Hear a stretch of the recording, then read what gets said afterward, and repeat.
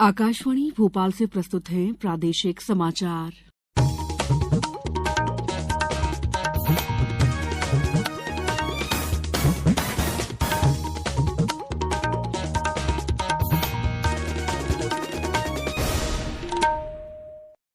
नमस्कार, समाचारों के साथ मैं दीपा सिंह। सबसे पहले मुख्य समाचार। प्रदेश में 76.22% मतदान हुआ। 2,533 उम्मीदवारों की किस्मत ईवीएम में कैद। प्रधानमंत्री नरेंद्र मोदी ने कहा कि ग्लोबल साउथ वैश्विक मुद्दों पर बड़ी जिम्मेदारी लेने को तैयार। आस्था के महापर्व छठ के दूसरे दिन आज से 36 घंटे का निर्जला व्रत शुरू। और आईसीसी क्रिकेट विश्व कप का फाइनल मुकाबला कल ऑस्ट्रेलिया और भारत के बीच अहमदाबाद में होगा मैच। अब समाचार विस्तार से। प्रदेश विधानसभा निर्वाचन 2023 के लिए 17 नवंबर को हुए मतदान में अंतिम जानकारी के अनुसार 76.22% मतदान हुआ है। ये 2018 के 75.63% से 0.59% अधिक है। सबसे ज्यादा सिवनी में 85.68% मतदान हुआ। वहीं राजधानी भोपाल में 66.69% मतदान हुआ। इसके साथ ही कुल 2,533 उम्मीदवारों की किस्मत ईवीएम में कैद हो गई। मतगणना 3 दिसंबर को की जाएगी। वहीं सबसे कम अलीराजपुर जिले में 60.10% वोट पड़े। जबलपुर में 70, झाबुआ में 73, सीहोर में 72, ग्वालियर में 62, इंदौर में 65, दमोह में करीब 74, नीमच, राजगढ़, रतलाम, सिवनी, शाजापुर में 80% से ज्यादा मतदान शाम 5 बजे तक हुआ। पन्ना में 70, सतना में 67, छिंदवाड़ा में 79, धार, सिंगरौली और शिवपुरी में 72% मतदान हुआ। नक्सल प्रभावित बालाघाट जिले में और मंडला डिंडौरी के कुछ मतदान केंद्रों पर दोपहर 3 बजे तक मतदान शांतिपूर्ण तरीके से संपन्न हुआ। पश्चिम मध्य प्रदेश के आदिवासी बाहुल्य धार जिले में शुक्रवार को छुटपुट घटनाओं को छोड़कर मतदान शांतिपूर्ण ढंग से संपन्न हुआ। इसके साथ ही जिले की 7 विधानसभा के 44 उम्मीदवारों के भाग्य का फैसला ईवीएम में बंद हो गया है। जिला निर्वाचन अधिकारी और कलेक्टर प्रियंक मिश्रा ने मतदान और सुरक्षा कार्य में लगे लगभग 20,000 कर्मचारियों का और मतदान के अच्छे प्रतिशत के लिए मतदाताओं का आभार माना है। लगभग 8,000 मतदान कर्मी, 6,000 सिक्योरिटी दल के लोग और इसके अतिरिक्त मैं समझता हूँ लगभग 4,000 अन्य व्यवस्था में लगे हुए लोग होंगे। इस प्रकार 20,000 लोगों की कड़ी मेहनत की वजह से हम 16 लाख जो हमारे वोटर हैं उसमें से लगभग 77% तक तो हम पहुँच ही गए हैं। 77.91% लोगों का हमने मतदान कराया। इसके लिए मैं पूरी टीम का जो लगी हुई थी सभी का बहुत बहुत धन्यवाद करना चाहूँगा। आप ही लोगों की कड़ी मेहनत से हम इस जनतंत्र के उत्सव को मना सके हैं। अब सामग्री जमा हो रही है। मैं समझता हूँ कि अगले कुछ घंटों में हम इस कार्य को भी पूर्ण कर लेंगे। और सभी को बहुत बहुत धन्यवाद और सभी मतदाताओं को भी बहुत बहुत धन्यवाद आज मतदान करने के लिए। प्रदेश में कल संपन्न विधानसभा चुनाव में मतदाताओं का जबरदस्त उत्साह देखने को मिला। लोकतंत्र के महापर्व में आहुति देने आए मतदाताओं के अलग अलग रंग देखने को मिले। इनमें से कुछ ऐसे भी थे जो मिसाल बन गए। शिवपुरी के पोहरी में मतदाताओं में गजब का उत्साह देखने को मिला।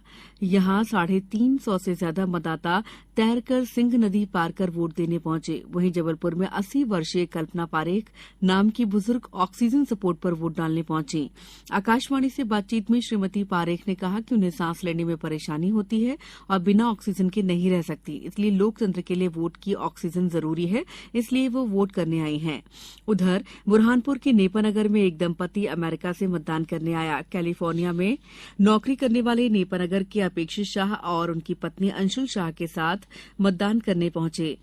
अपेक्षित खासतौर से वोटिंग के लिए भारत आए। शहडोल जिले के जैतपुर विधानसभा क्षेत्र में दिल को सुकून देने वाली चुनावी तस्वीर सामने आई, जहां मतदान के प्रति बुजुर्ग पति नेत्रहीन पत्नी को लाठी के सहारे लेकर वोटिंग करने मतदान केंद्र पहुंचा। रीवा के तुइथर में एक मतदाता ने मां को मुखाग्नि देकर सीधे मतदान के लिए पहुंचा। प्रधानमंत्री नरेंद्र मोदी ने कहा है कि ग्लोबल साउथ वैश्विक मुद्दों पर बड़ी जिम्मेदारी लेने के लिए तैयार है।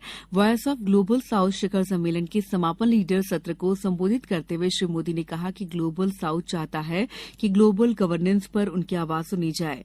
उन्होंने कहा है कि ग्लोबल साउथ अपनी स्वायत्तता चाहता है। प्रधानमंत्री ने कहा कि 1 साल में ग्लोबल साउथ का शिखर सम्मेलन और उसमें बड़ी भागीदारी का होना दुनिया को बड़ा संदेश देती है।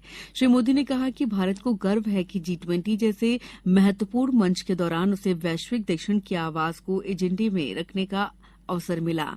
हाल ही में शुरू किए गए छात्रवृत्ति कार्यक्रम के बारे में बात करते हुए श्री मोदी ने कहा कि ग्लोबल साउथ देशों के छात्रों को भारत में उच्च शिक्षा के अधिक अवसर मिलेंगे।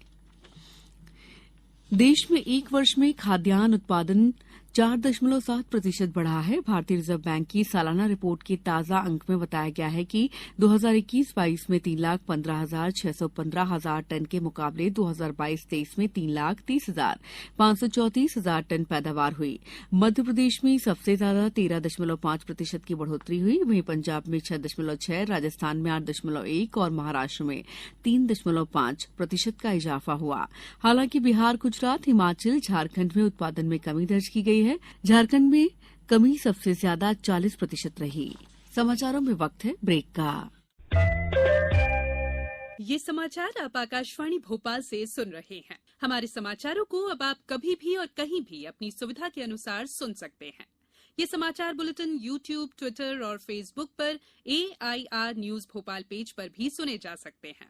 इसके अलावा आप हमारी वेबसाइट newsonair.nic.in पर अथवा AIR न्यूज ऐप पर भी समाचार सुन सकते हैं।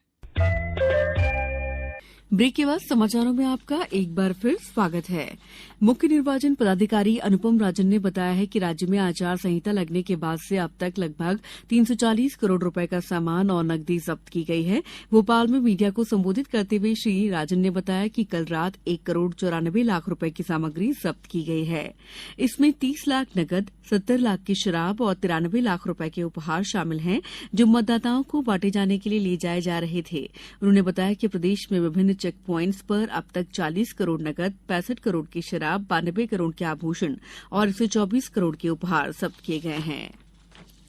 कल से शुरू लोक आस्था का महापर्व छठ के दूसरे दिन आज खरना होगा, जिसमें छठी मैया को चावल गुड़ खीर का भोग लगाने के साथ ही 36 घंटे का निर्जला व्रत शुरू किया जाएगा।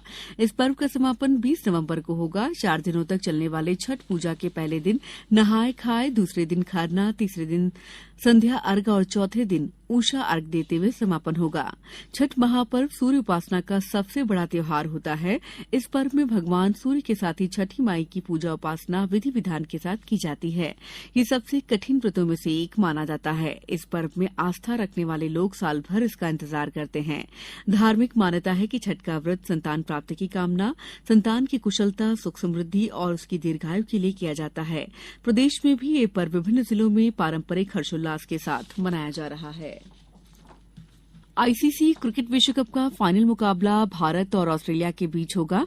ये मैच रविवार को अहमदाबाद में खेला जाएगा। भारत अब तक पूरी प्रतियोगिता में एक भी मैच नहीं हारा है। मध्य रेलवे रविवार को अहमदाबाद में खेले जाने वाले क्रिकेट विश्व कप फाइनल मैच देखने के इच्छुक क्रिकेट प्रेमियों के लिए मुंबई से अहमदाबाद के बीच एक क्रिकेट विश्व कप ट्रेन चलाएगा। ट्रेन नंबर 01153 मुंबई के छत्रपति शिवाजी महाराज टर्मिनस CSMT से कल रात 10:30 बजे रवाना होगी और रविवार को सुबह 6:40 पर अहमदाबाद पहुंचेगी। अब कुछ समाचार संक्षेप में। मुख्य निर्वाचन पदाधिकारी अनुपम राजन ने मध्यप्रदेश विधानसभा निर्वाचन 2023 के लिए प्रदेश के सभी विधानसभा क्षेत्रों में मतदान सहित अन्य व्यवस्थाओं की कंट्रोल रूम से सतत मॉनिटरिंग की। सतना में विधानसभा निर्वाचन 2023 में 80+ वोटर और दिव्यांग मतदाताओं में भरपूर उत्साह देखा गया। उज्जैन जिले में शुक्रवार को विधानसभा 2023 के अंतर्गत मतदान दिवस पर विभिन्न स्थानों पर बनाए गए आदर्श मतदान केन्द्रों पर किसी पर्व जैसा नजारा दिखा। लोकतंत्र के महापर्व पर आदर्श मतदान केंद्रों में विभिन्न प्रकार की साज सज्जा की गई। इस बुलेटिन में इतना ही। दीजिए इजाजत। नमस्कार।